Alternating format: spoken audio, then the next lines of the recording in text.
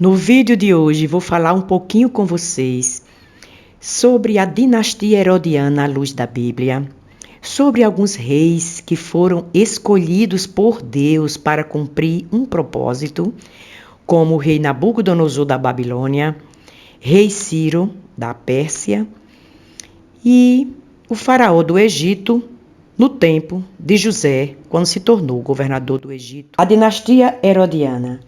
Para início de conversa, eu não vou falar sobre a parte histórica do Império Romano. Se vocês quiserem, na internet tem excelentes professores e vocês podem ter conhecimento de como foi o Império Romano. A dinastia herodiana começou com Herodes o Grande, que assumiu o trono da Judéia com o apoio do Império Romano.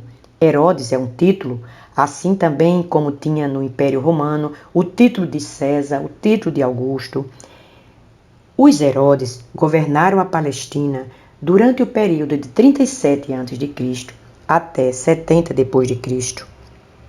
Quando Herodes o Grande deixou em testamento o seu desejo de dar continuidade ao seu reino, através dos seus filhos, dos 3 que ainda estavam vivos, era Arquelau, Antipas e Filipe, chamado tetrarcas. Depois, como eles não deixaram descendentes, deu continuidade aos tios Agripa I e Agripa II.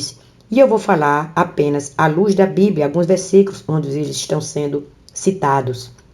Esse sistema de governo, chamado tetrarquia herodiana, já tinha acontecido durante um tempo, durante o Império Romano.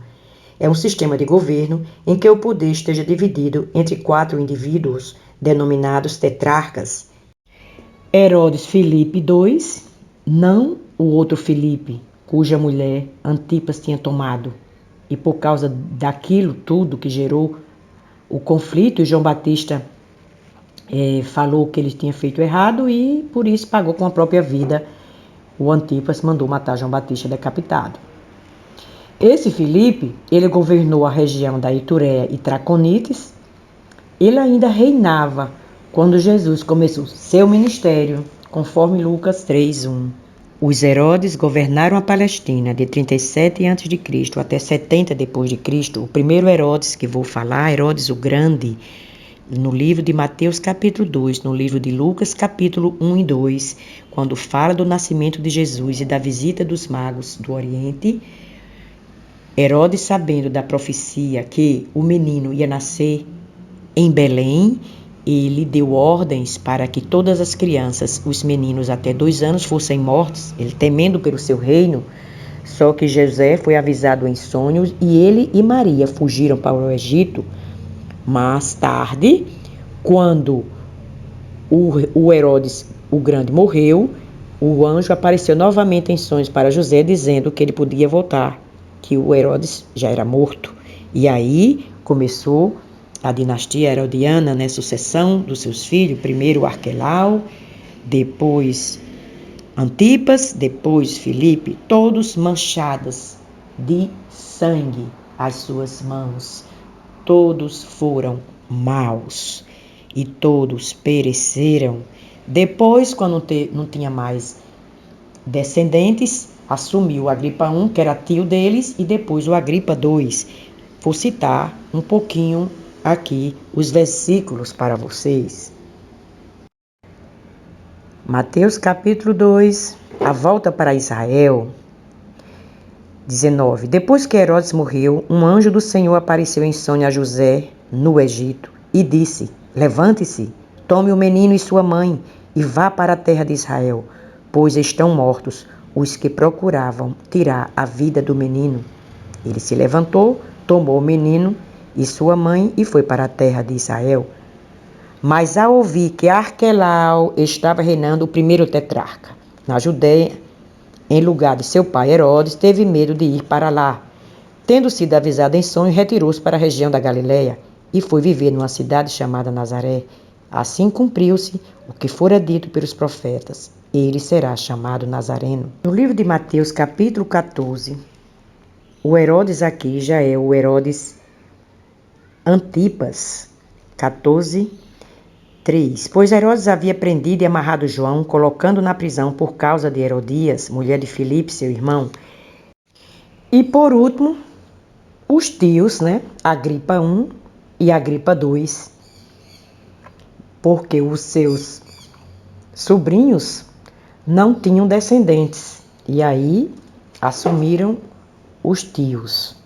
O Agripa I, eu quero destacar aqui no livro de Atos dos Apóstolos, no capítulo 12, quando Pedro é milagrosamente libertado da prisão. Nessa ocasião, o rei Herodes prendeu alguns que pertenciam à igreja com a intenção de maltratá-los e mandou matar a espada Tiago, irmão de João. Vendo que isso agradava aos judeus, prosseguiu prendendo também Pedro, durante a festa dos pães sem fermento. Tendo-o prendido, lançou no cárcere, entregando para ser guardado por 4 escoltas de 4 soldados cada uma. Herodes pretendia submetê-lo a julgamento público depois da Páscoa. E houve aquele milagre, né? Que Pedro foi liberto, mas o irmão de João, Tiago, foi decapitado. Mais adiante, no mesmo capítulo de Atos dos Apóstolos, capítulo 12, a partir do versículo 20, fala da morte desse Herodes, Agripa I, que Herodes, como eu já falei anteriormente, é um título. Depois Herodes foi da Judéia para Cesareia e permaneceu ali durante algum tempo. Ele estava cheio de ira contra o povo de Tiro e Sidom. Contudo, eles haviam se reunido e procuravam ter uma audiência com ele. Tendo conseguido o apoio de Blasto, o homem de confiança do rei, pediram paz, porque dependiam das terras do rei para obter alimento. No dia marcado, Herodes, vestindo seus trajes reais, sentou-se em seu trono e fez um discurso ao povo. Eles começaram a gritar: "É voz de Deus e não de homens." Visto que Herodes não glorificou a Deus, imediatamente um anjo do Senhor o feriu, e ele morreu, comido por vermes. Entretanto, a palavra de Deus continuava a crescer e a espalhar-se. E o Herodes, Agripa II, no livro de Atos dos Apóstolos, capítulo 25 em diante, quem tiver interesse de ler, fala do julgamento de Paulo, o apóstolo Paulo, diante do rei Agripa, diante de Festo, quando ele foi julgado e enviado para Roma. E no capítulo 26, então Agripa disse a Paulo: "Você tem permissão para falar em sua defesa?" A seguir, Paulo fez sinal com a mão e começou a sua defesa. "Rei Agripa, considero-me feliz por poder estar hoje em tua presença, para fazer a minha defesa contra todas as acusações dos judeus." E aí segue o julgamento de Paulo. Por pouco ele não convence o rei Agripa de se converter, só que ele teve a chance. Deus o escolheu para cumprir um propósito, que ele ia ser pregador para os reis e gentios, e isso se cumpriu. Tudo tem um propósito de Deus, e nós precisamos entender qual é o nosso propósito. E tudo que a gente fizer, seja para a glória de Deus.